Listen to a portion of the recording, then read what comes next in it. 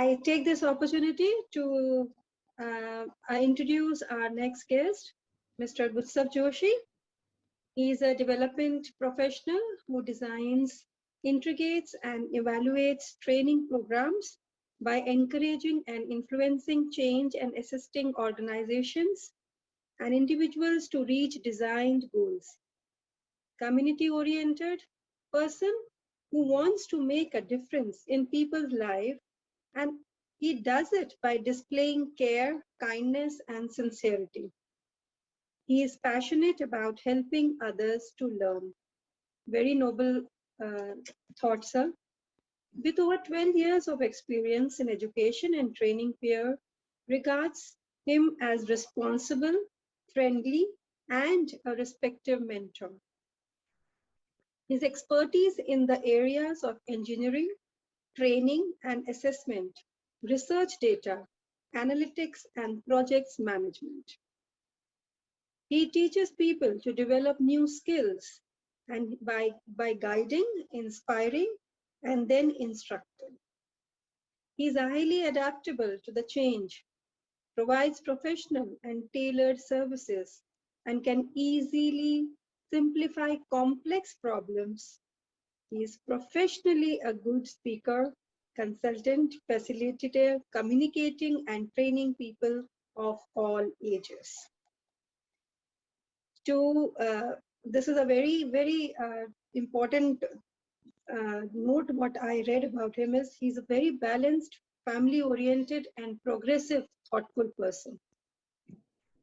His purpose is to support, enhance, encourage, and help individuals as well as organizations to achieve their goals by managing change appropriately and increasing progress. He assists professionals and organizations to build up their existing knowledge and scale new footage through innovations and adaptation. Sir, it is our honor that you have accepted our invitation, and we welcome you on this virtual platform. Thank you so much, sir. Thank you, Gita ma'am, for that kind introduction. I'm just a storyteller, really. I love telling stories. I enjoy helping people, and I enjoy. I'm passionate about it. In fact, I'm so passionate about it that I completed my master's engineering, worked in chemical engineering for a while. As Revati ma'am previously pointed out, I have been doing that through sets and sets of scholarships to try and become a self-starter. So what Revati ma'am was saying before resonated quite well with me. Let me start with a story. And this story involves my 4-year-old son, who just recently I've been trying to get him to write a fair bit and write alphabets and things like that. And one day I got really frustrated and I was like, how can you not write an uppercase A? And he just looked at me sweetly and he was like, because I don't know. For me, the roles had completely reversed. I was no longer the teacher. I was the student, and I had just undergone my first lesson in teacher development, going back to the basic, understanding your clientele, understanding the culture, understanding the ground realities. I went back and thought about it a fair few times as well on the other experiences I have had throughout life. And they have been numerous, from the person at the construction site back in India, who taught me that it's not necessary to have all the might in the world to lift heavy weights. You can do it with ideas, a couple of bamboo bars and rods and a fulcrum. So wherever you look, you see teachers and they're teaching you something continuously. I work with organizations to try and develop their programs on teacher development, and teacher assessment sort of sends this vibe throughout. The tables have now been reversed. You will now be sitting a test, and students take a great delight in seeing their teachers undergo an assessment.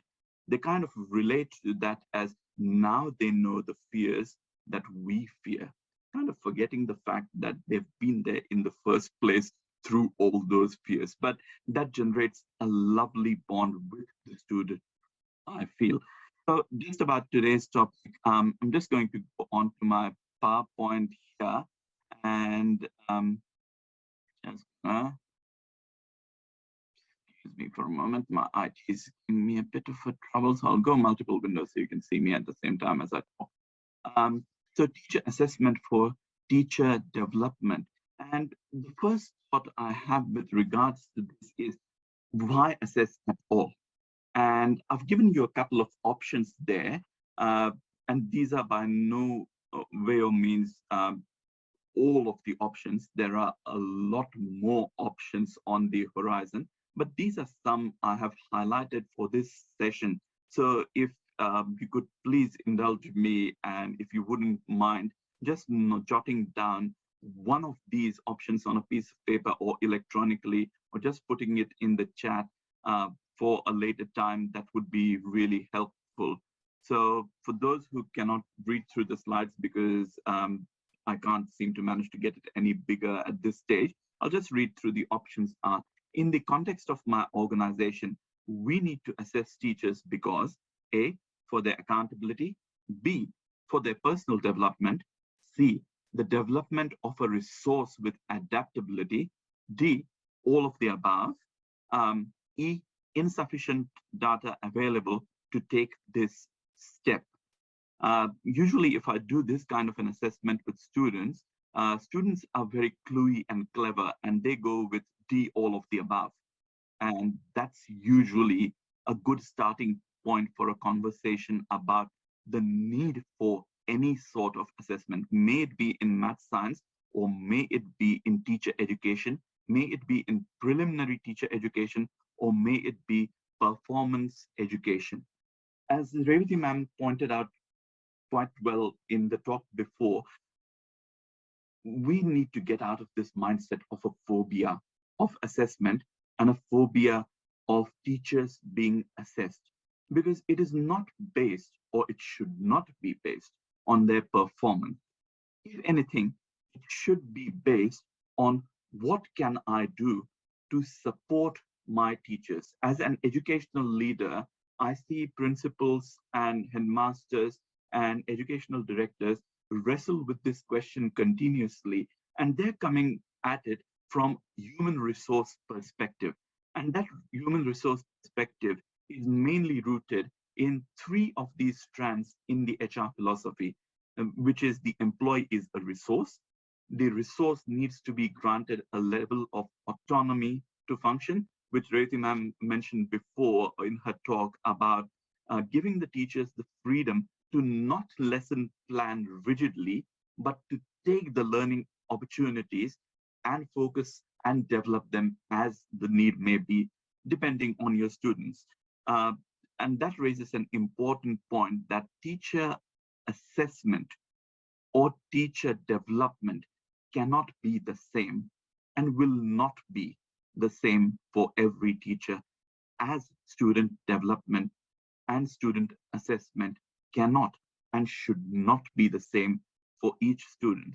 And I need not go far down in history to just make my case. I'll just go back about 5,000 years to the time of Sri Krishna, where a lot of other students were spending years and years together in Sandipani Rishi's ashram, whereas Sri Krishna and Balram spent a total of 64 days. First known documented example of differentiation in educational history. So that's where we have it. So if it can be the same for students, why can it not be the same for teachers? In fact, I would argue it has to be the same for teachers. Their strengths need to be recognized. Their weaknesses don't need to be highlighted. They need to be supported. And that's an important distinction. We've seen the way Singapore went and operated with its performance-based pay for teachers. And voila, we had these fantastic results come in, all students achieving 90%, 95%, 100%. What great teachers. And then along came silly old Finland with this whole idea that we're only going to recruit the best to go into teaching. We're going to make sure we pay them really high. We're going to make sure they have a place in society which is morally higher than any other professional, and they do. Doctors and teachers are right at the top of the social ladder in Finland, and they've been achieving great things in standardized testing or other sort of testing. And then there's also this poor little country in Oceania, Australia, where I am currently, which believes in this lovely philosophy of creative and critical thinking for both teachers and students. So which one is correct, or are all of them correct?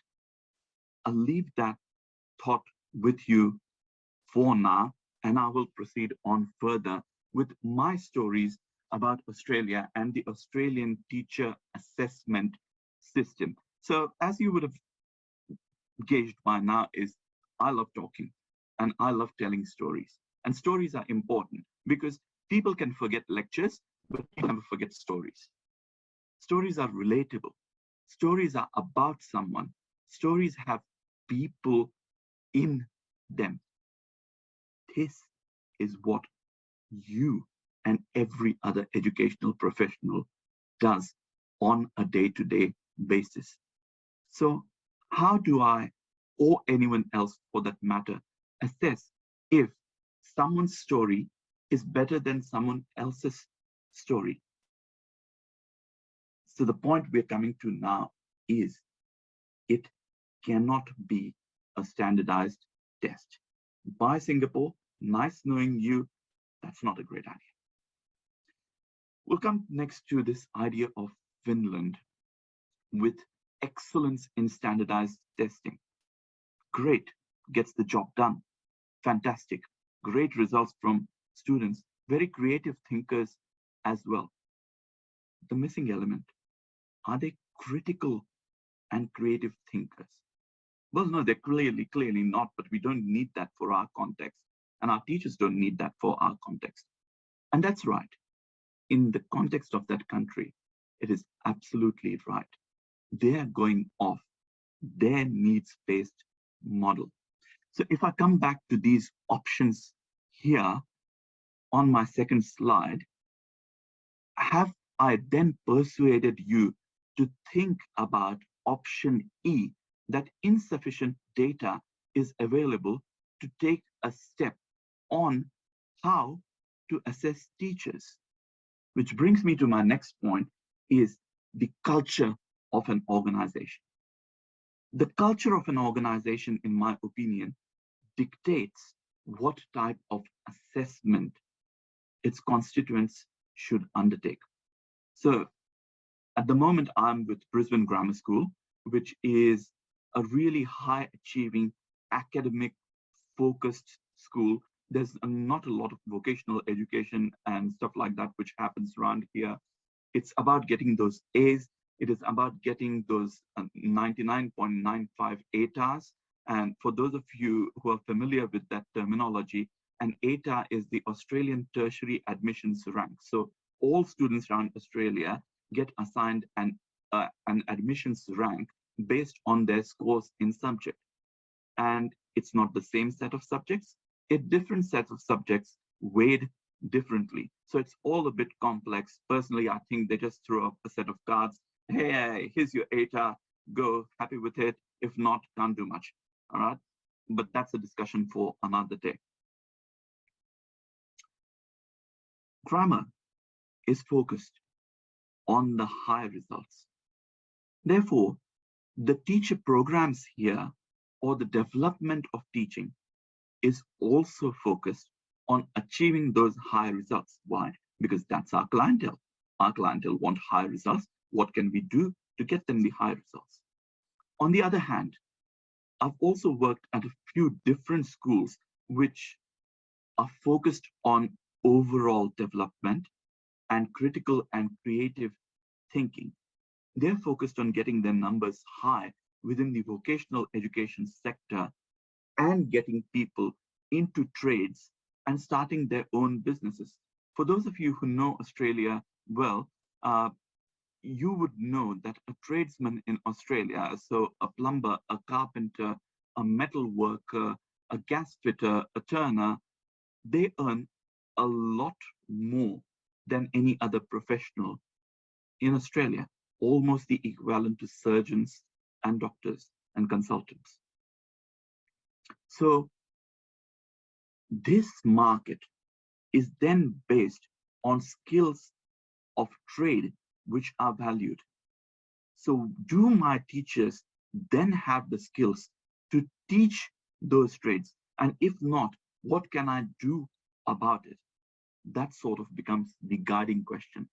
With all of these complexities in mind, um, the Australian Institute of Teaching and Learning came up with a golden standard for both pre-serviced and experienced teachers, which is the Australian Professional Standards for Teachers, the AITSL. It's freely available on the internet, and if someone does want a copy, I've got a lovely copy downloaded on my computer, which I can then just chuck your way whenever you'd like it.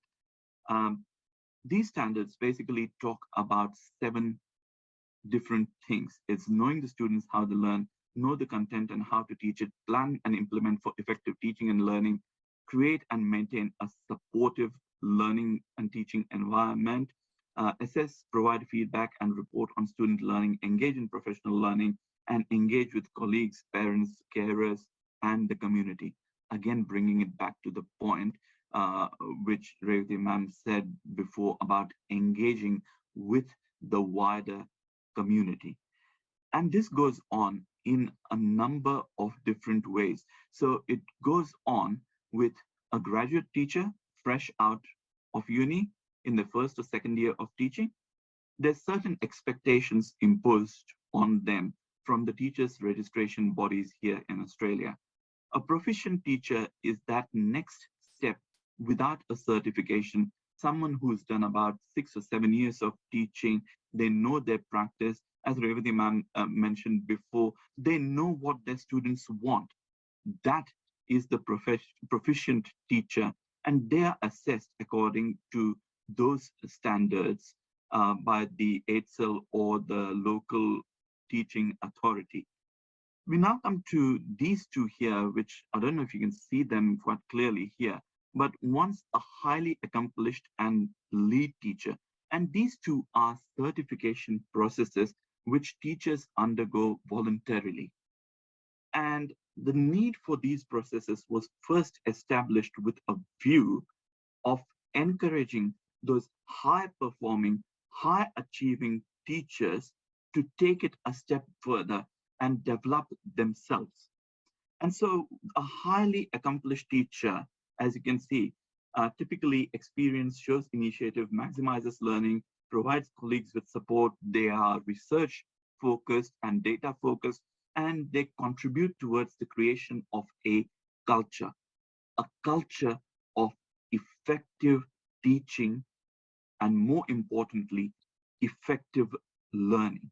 Because a teacher who is not a lifelong learner cannot continue to be an effective teacher. And that is why there is a need for a structure of assessment depending on the culture of the organization.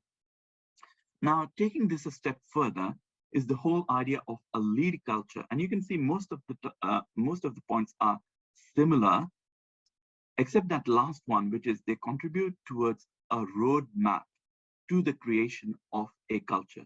So they're now seeing the bigger picture with their years of experience within the teaching system or from elsewhere. If I give you an example of a few of my colleagues, we were a batch of 15 who were handpicked by the Australian government to retrain into teaching and provide mentoring to new teachers as well as support to organizations. And all of my uh, colleagues are either scientists or they're engineers or they're skilled musicians. or they're skilled drama performers. And so their experience from the other area contributes towards their teaching, and that needs to be assessed in this context as well, which is what the 8 cell standards do. And they do recognize your experience from all of these different areas.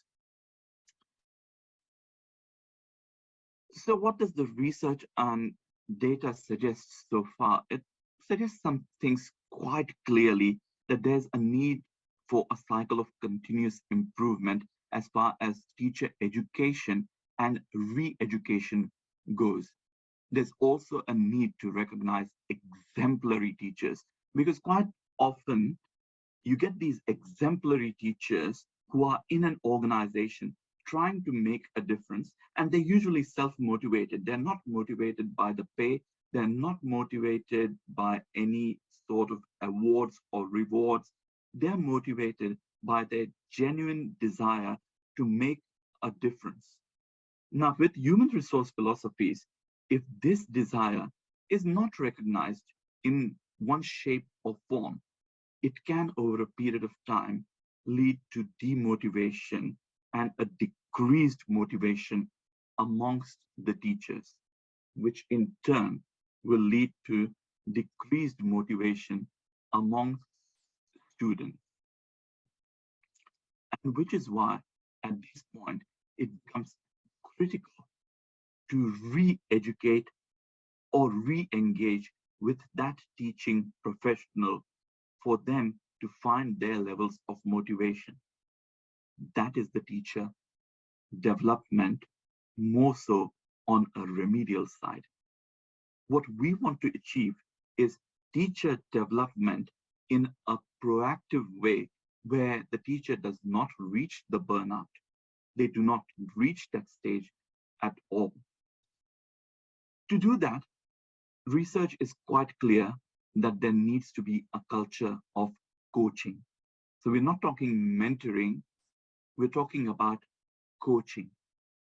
And it's about believing in your colleagues and believing that their ideas are workable, tangible, and providing them with that encouragement. That is an unseen and unexplored part of teacher development, which deserves a lot more attention than it is getting currently. The shift really in terms of teacher assessment and teacher development needs to be going away from the assessment, primarily creating a culture of mentoring and progressing towards a culture of coaching. Because unless there is a culture of coaching, the rest of the objectives cannot be achieved. With that in mind, BGS has been quite progressive and conducted its own research and a contextualized plan to assist teacher development, and they've recognized that teacher-student development goes hand in hand. This infographic here talks about cognitive skills inquiry, virtues, pedagogical imperatives, and a teacher confirmation process. So here at BGS, every teacher undergoes something known as a confirmation. 1 year into their teaching, they go through presenting a folio of what their students have done and what they have done with their teaching. They demonstrate an understanding of their professional duties, including well-being duties, and they demonstrate their professional growth and values and how they align with the organizations. And if they do not align with the organization, then there are remedial programs in place to make sure that that culture is maintained. So the key word we're getting back to again and again is that whole idea of a culture. I have this file for anyone who's interested about the framework for teaching and learning. But what it includes is a teaching development plan, which is done every year. It focuses on one element only for the year, and it can focus on the same element, or the teacher has the choice to focus on the same element over 2 or 3 years continuously, with a view of generating some research data for publication. This is what it looks like. I've just got a snapshot of it, intentionally planning for learning. There's different satisfactory, unsatisfactory, basic, proficient, distinguished, and this is now in line with the Australian professional standards for teachers. So what BGS have done really well in teacher development is they have had a look at the global standards. They have then contextualized it to the individual needs and standards of the teachers in this workplace, and they have linked it to the student development plans. Am I going okay for time? I should be fine. Okay. Um, what we do have also is a huge culture of inquiry teams. And so if you've heard about horizontal and vertical linking within the curriculum, depending on which stage of teaching you're at, if you're an early career teacher, these are terms which you'll be hearing over and over again throughout your teaching career. If you're an experienced professional, you would have heard about these terms so many times that they're probably going to bore you. So I apologize in advance for using those terms. But with the horizontal and vertical linking of the curriculum also comes the inquiry team. So we're looking at the individual teacher plan and linking it to the higher question for a faculty or for a learning area and the implications it has on the teacher and student development. So as an example, this year, we looked at how to sequence units in maths at year 8 for a better outcome in senior schooling. And that was the focus of the maths inquiry team this year, which I assisted with. There's also, in addition to that, professional learning teams, and these are from different subject areas. Because as has been suggested by previous speakers, teacher development does not come being siloed into one particular teaching area. It comes by being exposed to a variety of different teaching techniques, a variety of different topics, and a variety of colleagues who have different ideas to help you progress. Teacher assessment in the times of COVID has been particularly interesting. So I've spoken a lot about teacher development. I'm just going to take a bit of time now to focus on what that looks like in terms of assessment at BGS or in Australia in general. There's no standardized teacher exams. There's none of that. New South Wales thought it was a fantastic idea. They got rid of it really quick. Teacher assessment is done almost exclusively through peer observations, recordings, and folio submissions. It is done with peers in a safe and secure environment where there is no criticism of the work in a negative fashion, but it's more aligned with constructive criticism and developmental objectives. So in the early parts of my teaching, I was observed multiple times. Random people dropped into my classroom time and again. I was video recorded several times, and I had to present folios, which I of course did. But one of the developmental objectives which I received really early in my career was to be able to develop, thank you for that, yeah, be able to develop a tool to gauge my students' understanding. And usually this is based on a gut feeling or a random 5-minute test in any sort of lesson or verbal interactions or observations of their body language, or every teacher has a class pet. So it could even be the class pet saying or directing to the teacher, "Oh, Mr. Joshi." So can take a variety of forms.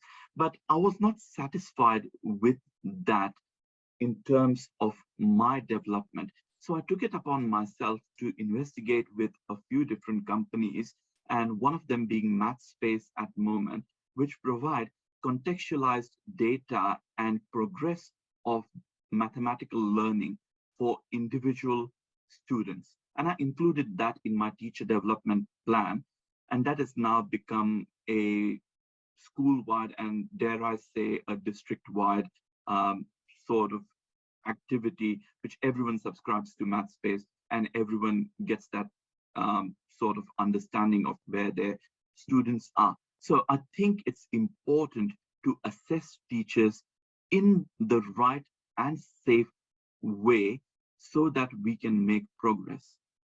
This, of course, got really hit because, as you're all aware, and you've worked at this a lot harder than anyone in Australia or in America or the UK or Germany or France or Finland or wherever it might be, because not only were you battling the online environment and getting familiar with that, there were also these technology struggles with bandwidth.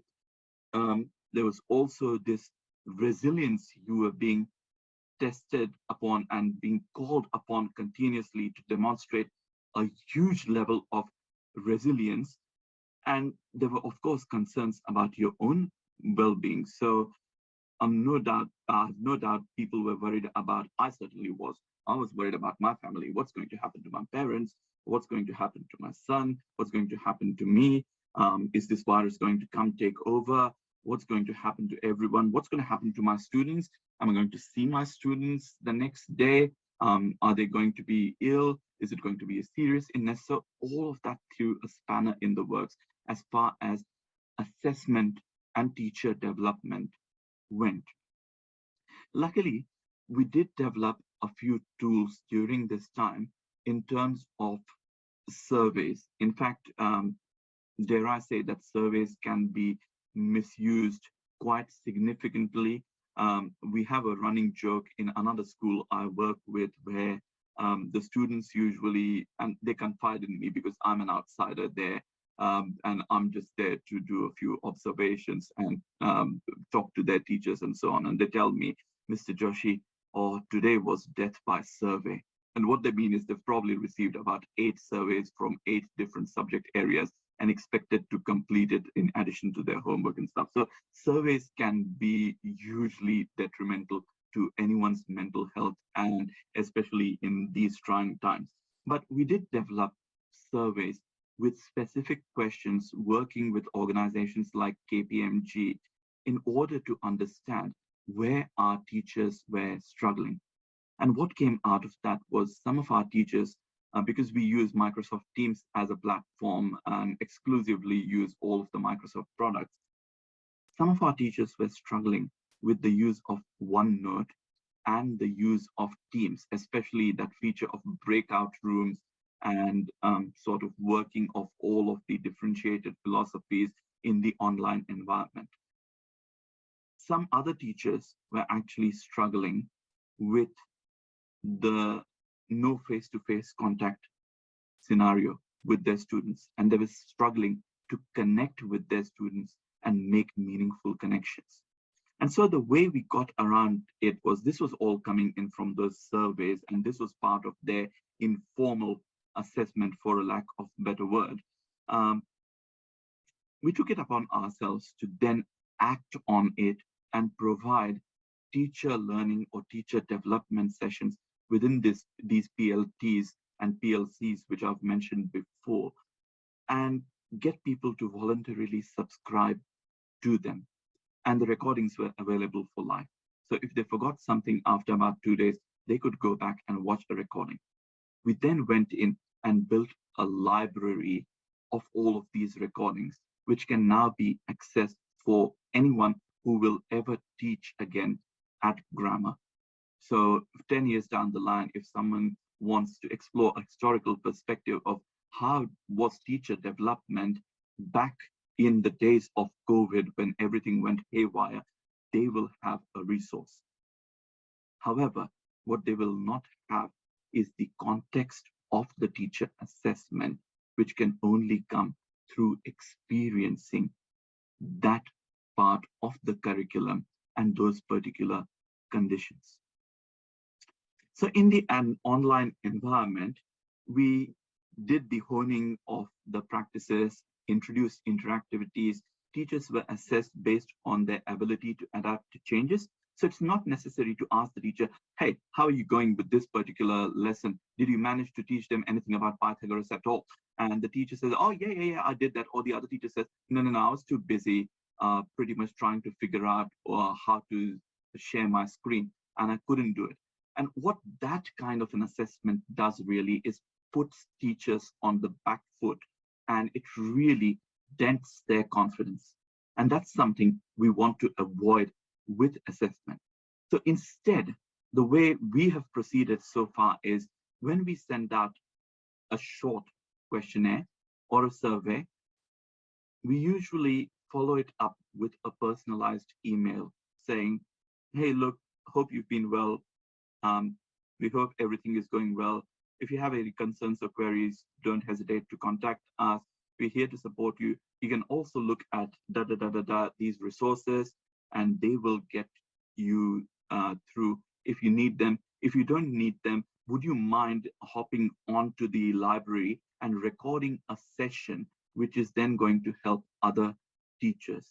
And so it's the transfer of ownership of learning and ownership of development is put back through the teachers through this kind of assessment, which is non-intrusive, it is not demeaning, and it does not upfront challenge a teacher and their capabilities, because that's the worst thing anyone can ever do to teachers is challenge their capabilities. Now, having said that, that is a bit different from the accountability I've been talking about. So yes, teachers do need to be held to account like any other professionals. And the best people who do that on a day-to-day basis are your students. They hold you to account. Sir, you multiplied 10 times 15 and wrote the answer as 149. And Sir turns around and said, yep, just having a bad moment. You've just been held accountable. Does teacher assessment really need to do that? I would guess no. Do teachers need to submit 10-page lesson plans or an overview of the unit to their supervising personnel on a term-by-term basis? I guess that's rather excessive. Can it be divided into where people work collaboratively? Yes, that is a better form of holding them accountable to the job and yet making decent progress. So in a bit of a summary, I would say teacher assessment is not a one-size-fits-all solution. It needs to be contextualized. Now, for those of you who understand my pain in where I'm coming from, I'm an Indian at heart, and I will always be an Indian at heart. And I've had to come to Australia, and I enjoy it here. It's fine. It's a really lovely teaching environment. It's fantastic to work with so many different people. No complaints there. My complaint is I can never find clothes which are to my fitting. I miss the days of where I could go to a tailor and get my clothes stitched so that it looks fashionable and trendy. I have to go to Kmart or wherever else and buy whatever shirts there are and buy whatever ties they've got and make do with it. That is something which should not be in teacher assessment. We cannot have a one size fits all. We need to contextualize that assessment. What will it look like? It'll look different for each one of you. It'll look different for departments within the same school, and it needs to look different. And assessment structures are futile without any sort of research into the organization. when we engage in assessment or think of engaging in assessment of teachers, we need a good understanding of the culture of the organization, their strategic objectives, and where are they heading to in the future. In a way, a teacher assessment cannot be structured by another teacher alone, but it needs to be structured by a business analyst who's going to look at the needs of the organization, but who also has an understanding of the educational domain. The organizational objectives need to reflect in the teacher development, whatever comes out of the assessment. So at Grammar, if my teaching development plan includes, I really want to run this F1 in schools program, and I do run it on a different, I have disguised it secretly and hidden it as a signature program instead of, so it appeals better to the management. But if I put that as a focus, that is in direct contrast with the objectives of Grammar at this point, which is the highest possible academic results. So either I need to find a new school or Grammar need to adjust their own strategic objectives. And Grammar's not going to adjust their strategic objectives because they depend on their clients and their clientele and what their clientele want. So I'm going to need to adjust my objectives. That in itself is, again, a non-formal assessment, checking if the values of the organization align with the values of the employee. And we can't just get away doing that on a one-off basis at the start of a job or during a job interview. It needs to be a continuous process. Now, I believe in this passionately, that teacher assessment has to be developmental. It cannot be performance-based, because all you get through performance-based assessment is people playing the system and playing it massively, and your students not achieving any benefits at all. When we are doing teacher assessment, we need to define the unique selling point of an organization. And unless we define that, we cannot structure our assessment properly. We cannot structure teacher development properly. For example, if I'm in charge of another school, there's a St. Patrick's School nearby, and they're big into their trades and vocational education, and I work with them quite frequently. If I structure a teacher development program for them, which looks at calculus and three-dimensional integrals, and that's what their teachers need to know for maths, they will laugh me in the face. Because that's not what their teachers need. Their teachers need guidance. Their maths teachers actually do need guidance, and this is true story, on how to do measurements on pipes, how to do measurements on timber, and how to cut effectively, how to apply Pythagoras or the sine cosine rules to different elements like sheet metal or timber, and how to use it in real life. A grantsman at a school can actually teach you more about mathematics with their line markings around the oval than you can learn in an entire course on measurement. So it's about recognizing the unique selling point and understanding what your organization really needs. Is, as I've said, it's ultimately a validation of a fit between ever-changing values, and we have to model it.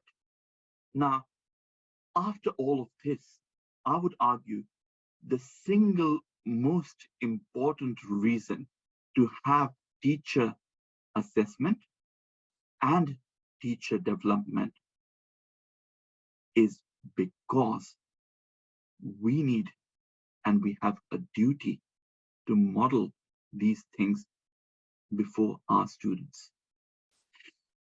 If we are not modeling being lifelong learners, if we are not opening ourselves and showing our struggles to our students, then what kind of a story are we really telling them?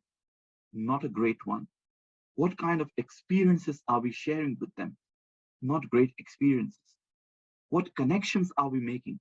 Not great connections. So it's important that all of that happens.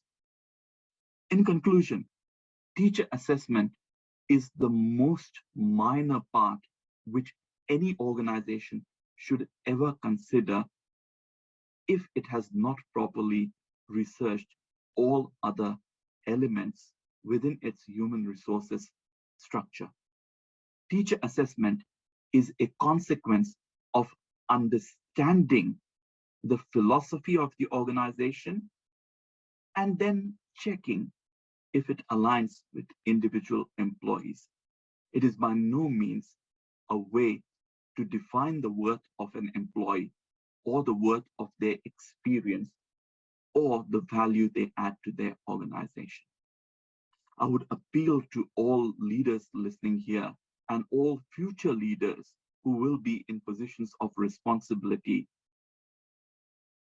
The greatest service you can do to the teaching profession is learning from the likes of Sir Richard Branson and our very own, the Honorable Mr. Ratan Tata. Look after your employees will always look after your clients. I thank you for your attention, ladies and gentlemen, and for the opportunity to be able to speak with all of these learned minds around the world. And I thank you for listening so patiently to all that I have been saying throughout. So uh, thank you very much for that. I truly appreciate your kindness in inviting me over here. Yeah, thank you so much, Mr. Gustav Joshi, sir, for being live from Australia. I'm sure that our attendees have benefited with your presentation, definitely. It was very insightful and great pleasure listening to you.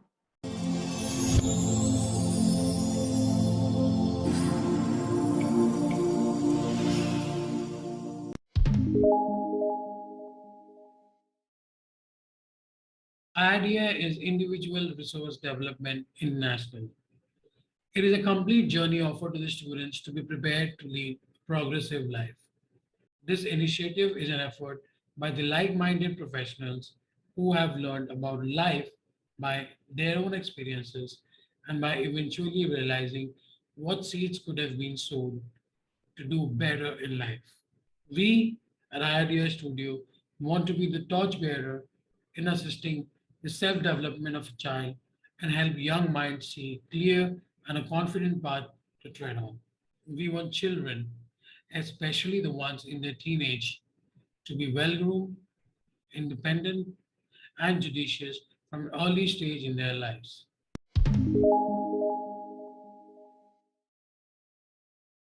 Yes, the program is primarily for the young, but there's a difference.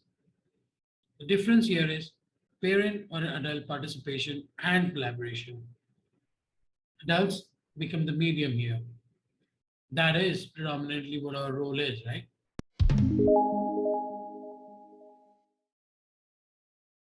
To begin with, we make the children go through a series of tests while offering career guidance and counseling to them. These tests will be based on a combination of multiple intelligence theory, aptitude, and personality. These will help us determine not only the aptitude of a child based on his or her personality, but also their primary and secondary intelligences.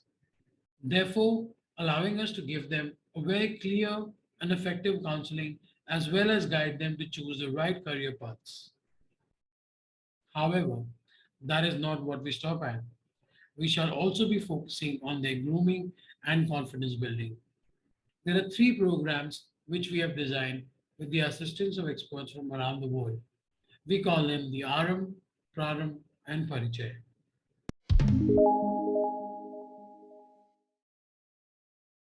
Aram is for classes 5, 6, and 7, focusing on life skills, mind frame, knowledge quotient, interest, and hobbies.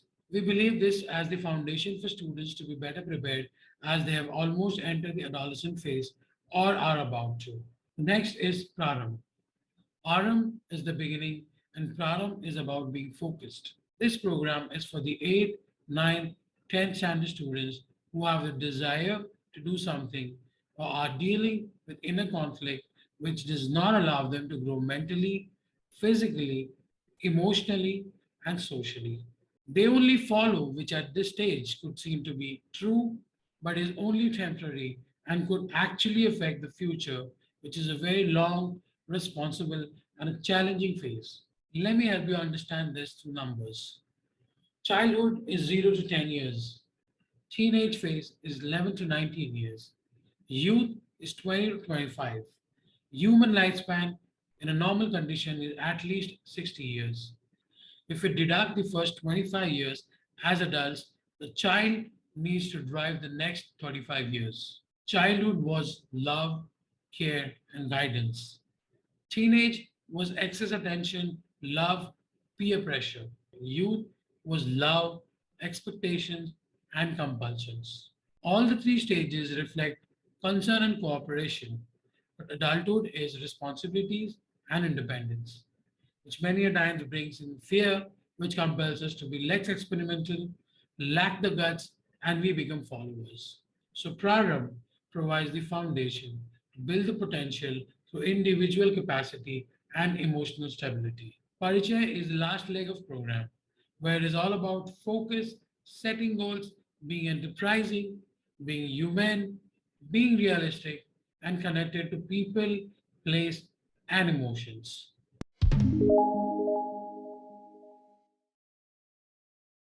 As mentioned before, these programs are realistic and might not be ideal. Realistic for it caters individuals. Every enrolled student will be cajoled, will be encouraged, and walk through along with the assigned counselors, along with their parents. Every dream is individual, and so is every individual. So, how can we offer a standardized program to one and all? There is no one shoe that fits all. We have to go by the child and their personalities. Standardization could be possible in offering academic information, training into vocational subjects, pursuing hobbies, etc. We will work on the individuality of a child through this program. It's like science is a subject, while scientist is the inventor. It's like dancing is learning steps. The performance is individual expression, the choreography, and the interpretation. In a factory, a product is manufactured but sold through innovative ideas. This interpretation, innovation, and experimenting is what we will help children explore and also learn during their journey with us at iRDI Studio. Thank you. On behalf of all of us at Team iRDI, I thank you all. Do visit us at www.irdistudio.com. We encourage you subscribe to our channel and keep liking the videos and share your comments and thoughts in the comment section. Thank you.